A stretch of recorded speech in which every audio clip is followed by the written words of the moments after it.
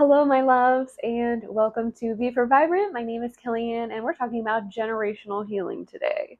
If you are in the millennial or Gen Z generations, I'm especially talking to y'all, but this is for anybody who is really tuning in to what it means to heal for your lineage, heal for the collective in your family, in your ancestral line, and as well as like the global collective and your local collective. Because what we're seeing is a lot of powerful things happening in politics right now and in the world. And we are really experiencing a heightened time of violence and conflict. And I know a lot of people hate the C word, conflict, because we've been taught to avoid it. That is one of our greatest traits as a patriarchy, is to avoid conflict, but if worse comes to worse, then we resort to violence. Now, the sort of feminine modality within the patriarchy has been to fawn and pretend that everything is okay just to remain safe and to make sure that um, when we encounter really aggressive conflict and we don't know how to handle it, that at the very least we can make it out unscathed.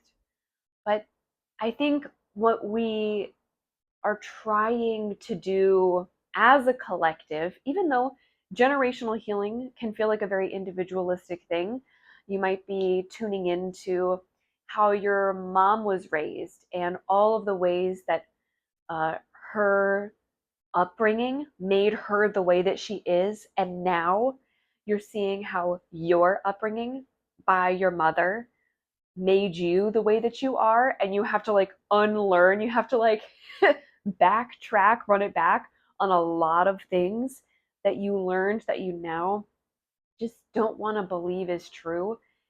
Even though, as an example, that kind of thing as a form of generational healing can feel very individualistic. The individual healing is something that heals the collective, because we don't exist in a vacuum. We don't exist in little boxes separated from each other. We're all connected to each other and bound to this state of collectivism and collective good and collective well-being, because we can't live without each other. I mean, you as an individual, you can't possibly do everything. While we've been taught to do everything under colonialism and to um, put on a performance of perfectionism while we're doing everything, that performance is for the systems that have been created and designed to exhaust you by making you think that you have to do everything and making you believe that you could. In reality, we all are connected to each other, and we have other people around us in our lives. We have family, we have friends, we have coworkers, we have a network around us, because we simply cannot do everything ourselves. You cannot do all the things that are required to live a life and to maintain a life all in one day, every single day, and never once burn out. You simply can't. And that's just a little like a little fraction of the iceberg, which underneath shows that we can't simply manufacture everything ourselves. We need lots of different companies to do it. We can't simply take care of all of the needs of different genders and races and like physical what is it called? We can't possibly take care of all of the patterns of suffering and the patterns um, of disability, I guess is the word that I'll use. I know that there are better words, but I'll use this one right now because this is where my brain is stretching me to. My brain is stretching in this place right now. All of our areas of disability and kind of oppression. We can't take care of all of these things ourselves. You can't feed the homeless and feed yourself and feed your family and prep, food for the next day all in one day while also doing the dishes and going to work and making enough money to keep a roof over your head. You simply cannot do that all every day. So we need different companies to manufacture. We need different organizations to take care of all of these sort of pitfalls of the system that we're in. We need different people and different personalities to think about different things and to see things in different ways so that we have a very holistic understanding of how the world works, how our systems work. We need diversity in order for us to make it together. So we need each other. And for that reason, when you feel that need within you to do some healing so that you are not disrupting your relationships and in a constant state of relationship repair because you're treating people the way that your dad treated you because that's all you know, or the pattern that you're most used to, the pattern you're most susceptible to in romantic relationships because that's the kind of thing that you've just gotten used to. If you are finding that you need to do generational healing so that you can heal yourself and you need to kind of heal parts of your lineage and heal parts of your past so that you can move forward, hey, same girl, same. And this is a message that is for a lot of people because a lot of us are doing this right now. Like I said, especially millennials and especially Gen Z. Why millennials and Gen Z, you say? You ask?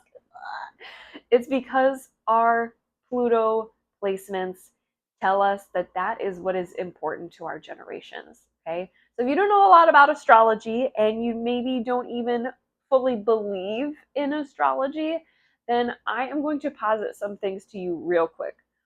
One of them is that astrology looks at the ways that the planets and the stars and the asteroids that were where they were when we were born, or when certain events happened, certain really major, catastrophic, or important, powerful, innovative moments happened through the course of time.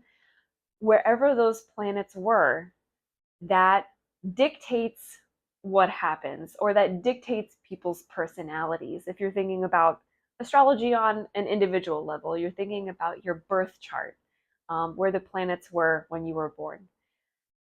The science behind that is the same as the way that you can see that the moon has control over the tides. And the moon is so small. The moon is dainty compared to Saturn and Jupiter and all of these other planets that absolutely are within the gravitational range and field to make us like feel its effects. So what happens is, because our bodies are made up of 80% water, we change with the tides. That's why, like, when there's a full moon out and everybody's acting fucking crazy, it's not just a phenomenon that makes no sense and is just like this kooky cultural thing that you find happening around the world. It's because the full moon is in a different position than it usually is. And we are all feeling the effects of how it literally affects our magnetics, our cellular information that our bodies are reading on a millisecond to millisecond level. Okay, so our cells are doing so many things that we cannot possibly compute.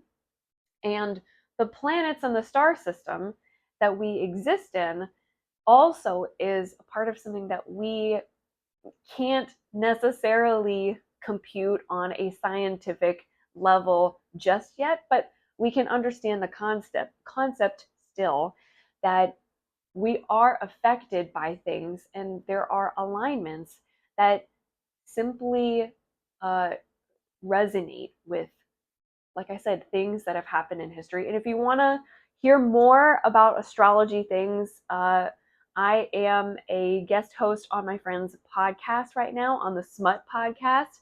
It's on Spotify. I'll put the link in the description below so that you can go and check out our discussion of the generational planets, which is what I'm going to talk about right now. But you can also learn about what it means when you have your Saturn return, uh, all of the different facets of looking at your own personal chart. So if you don't know what your Mercury means, and when because your Mercury is in Leo and you have no idea what that means, we talk about that. We get into all of these different facets. So I hope you go and check it out if it's something that you are interested in, or even if it's something that you're like, I want to debunk this. I think you're full of shit. Go and check it out. Go and have a listen. We would love to hear any and everything that y'all got to say about it, okay? But I say all of that about astrology so that I can talk about the generational planets, which primarily, there are planets that sit in a window of time between 7 and 20 something years. So there are periods of time when babies are being born under the same sign, and that means that all of us in a major collective around the world care about something more than we care about other things. Pluto is that one generational planet that is in its window for around 18 years. I think that's the alignment for Pluto. And Pluto has a spotlight effect. Pluto tells us what our generation will go to the ends of the earth for. And it is like ride or die for, because Pluto is represented by Hades. The other name for Pluto in Roman / Greek mythology, I was going to say astrology, mythology is Hades. Pluto rules the underworld. So it's like the shadow side of what our generation goes through and what people go through. Everybody goes through the same things at different times and in different ways, but if your generation is ruled by, if your generation's Pluto is ruled by Scorpio, which is what millennials are ruled by, then you're going to be paying attention to the the paths for transformation, the paths for death and rebirth, the paths for going deep into shadow work, which is why that's like our fucking thing. If you are into the spiritual world and you're on like the spiritual side of the internet, then you're going to have heard of the word shadow work before, #shadow work, because you understand that there is a benefit, a great benefit, to caring about our dark sides and our demons and having tea with our demons so that we can develop a relationship with all of the things that are unseen. So, Scorpio, because our Pluto is in Scorpio for the millennial generation, that's why we care about that. For Gen Z, the Pluto for y'all is in Sagittarius. Sagittarius is a playful energy. It's also represented by the Centaurian archer, who's like, I'm going to take whatever energy I've got and I'm going to give it my fucking all. Like, I'm going to go and try to nail. It's very action oriented. Sagittarius energy for Pluto means that the Gen Z generation is ready to take action, but is so playful about it and is really like, girls just want to have fun about it, like trying to find the most childlike way to express all of these adult concepts as y'all come of age, like as y'all enter a state of adulthood and y'all are coming up behind millennials and going, wow, this shit sucks. How do we get out of here? And millennials are like, same girl, same. We've been trying to do the shadow work behind all of the systems that are around us that tell us that we have to live this way. We don't believe that. We don't believe that we have to live this way. And in fact, that's why a part of shadow work has included the decolonization of the spiritual labor that we put into it. So while Gen X before millennials was love and light and, just positive thinking your way through it, we've noticed as millennials and Gen Z that that is avoidance. And this is what I really wanted to get to. This is like the meat of this video here, is that the generational healing that we are doing right now and that we need to do as a collective, now that millennials and Gen Z are starting to come into our own, coming into adulthood, starting to be the ones who are the greatest financial influencers and starting to be great political influencers, we need to all get on the same page and get on the same side here so that the generational healing that we're doing together is a decolonization effort so that we're not just, love and lighting, avoiding love and gaslighting so that we're not love and gaslighting ourselves through this sort of avoidance effort to continue living the way that we've been told that we should live, when we actually have seen like that's not what keeps my inner child alive. My inner child is suffocating and dying in this system, and I need to get the fuck out of here. If that's how you have been feeling, then like, this message is for you. And it's also time for us to really learn the true definition of insanity, which is not just doing the same thing over and over, expecting different results, but living in a state of avoidance. Really pretending that everything is fine when we can see that it's not, when we can feel in our bodies that it's not. I think we're the first, millennial generation and on, we are the first sort of catalysts for recognizing that the way that our bodies react to the state of living that we're in, the way that our bodies respond to the way our intuition is like, whoa, that feels off. The vibes are off. That feels wrong to me. That feels really sketchy, super sus. Uh, I don't really vibe. I don't really mix with that. The way that our bodies send us these signals are things that other generations before us have ignored, and to their detriment and our detriment. Because now what we're seeing is boomers are headed toward a place where the economy is not going to sustain what they were told they needed to save up for in retirement. And our economic standpoint as their children and as their grandchildren is going to mean that they are insecure, that their housing is insecure, that their caretaking is insecure. We are headed toward what folks have been calling, and astrologers have been calling, a silver tsunami, where all of these boomers are retiring and are, after the retirement age, they're going to head into a place where they need to be in what is it called, nursing homes, and or taken care of by their family. But if their family is in such a financially insecure place and have been for decades by the time that they get there, how are we supposed to take care of them? We can't even take care of ourselves. So while they, to their detriment, have not paid attention to their own bodies and the messages and signals that they get, they can't distinguish between anxiety and intuition.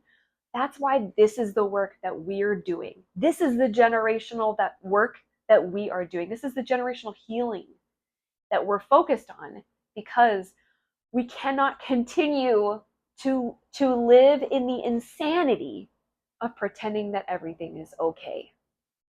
Now, I would love to hear what y'all think about this. I would love to receive all of your thoughts on this, because I want to talk about it more.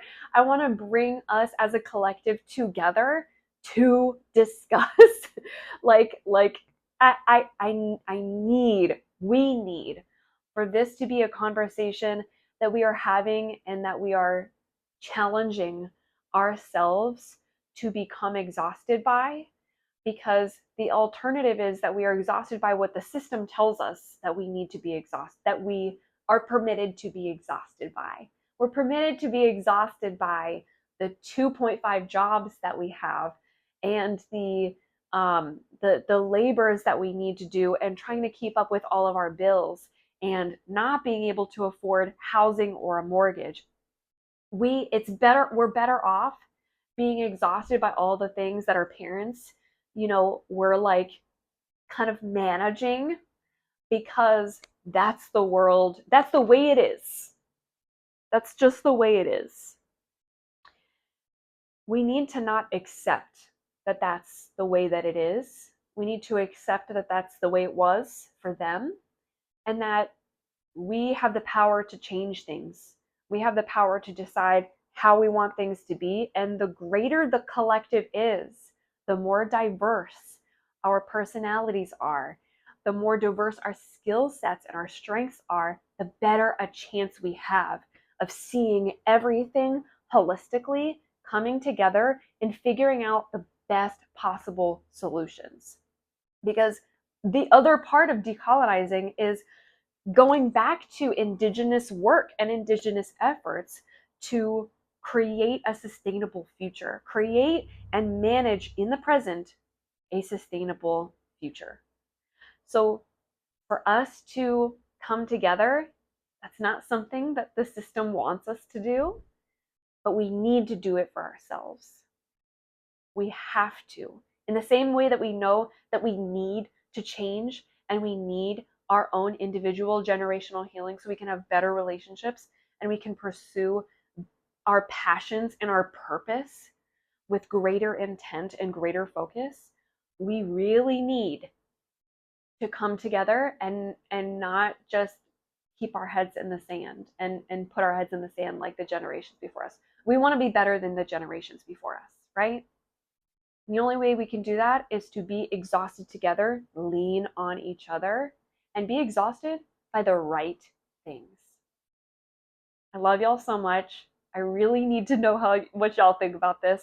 And if you feel like you are stuck in any way and you are in a pit of I really want to be a part of this togetherness, but my own shit is so messy that I just can't see outside of it. I can't imagine being a part of a collective togetherness effort because my own shit is so messy.